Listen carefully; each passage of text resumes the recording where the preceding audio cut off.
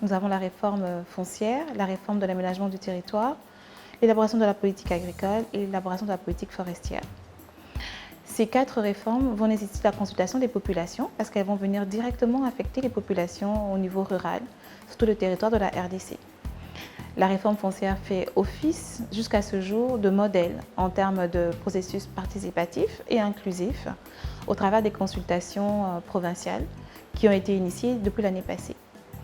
Nous pensions que c'était le moment idéal pour pouvoir décrypter un peu ce processus. Il y a des problèmes particuliers auxquels la réforme est appelée à apporter des solutions. Et donc, ces problèmes devraient aussi faire l'objet des discussions. Je prends par exemple la question d'accès à la terre pour les communautés locales, la sécurisation des terres des communautés locales, la question même de la stabilisation liée au conflit foncier, des questions de la répartition inégale ou inéquitable des terres dans plusieurs zones de l'Est de la République démocratique du Congo et la nécessité d'opérer des choix qui permettent à ce que cet accès équitable soit réel, mais aussi que cet accès équitable ne compromette pas aussi la paix qui est déjà fragile à l'est de la RDC.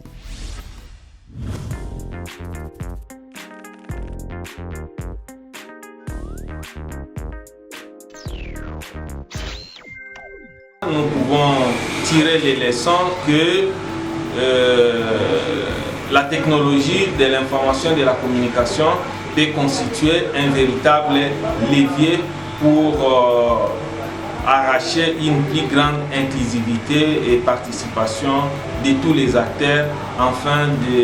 d'appuyer la réforme foncière et aboutir à des résultats tout à fait adéquats. Au niveau de ces webinaires, nous avons pu nous rendre compte de l'intérêt que le public porte à ce processus. La question de la réforme foncière est au cœur de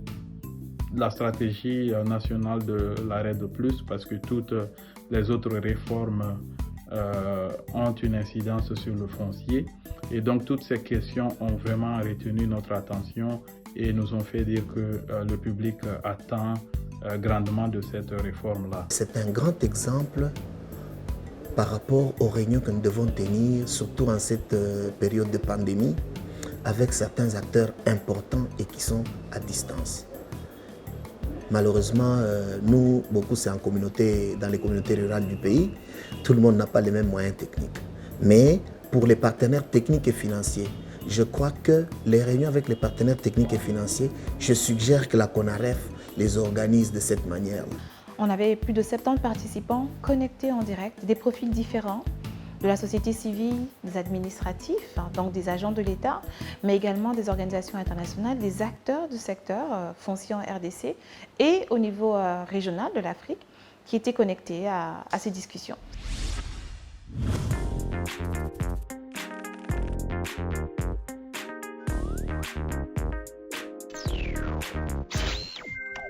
Comme grande recommandation, nous avons premièrement le besoin exprimé par les organisations internationales qui ont accompagné la CONAREF durant ce webinaire en termes de participation et de collaboration, de voir comment est-ce que leurs programmes peuvent venir directement alimenter le processus de réforme et voir aussi quelles activités du programme de la réforme foncière, envers quelles activités elles vont pouvoir s'associer pour justement faciliter les résultats et permettre une intégration des préoccupations. Toute cette interconnexion autour des intérêts, des enjeux autour de la Terre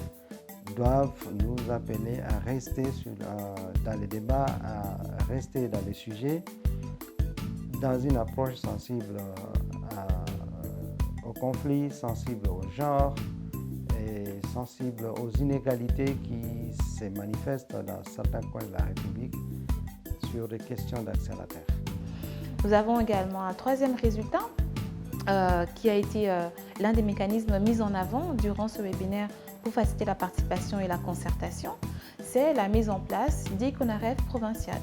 qui constituent des cadres d'échange au niveau provincial avec tous les acteurs provinciaux où vont être discutées les préoccupations de la province, les besoins de la province, mais également les alternatives qui sont disponibles pour pouvoir améliorer la gouvernance foncière au niveau provincial. Nous sommes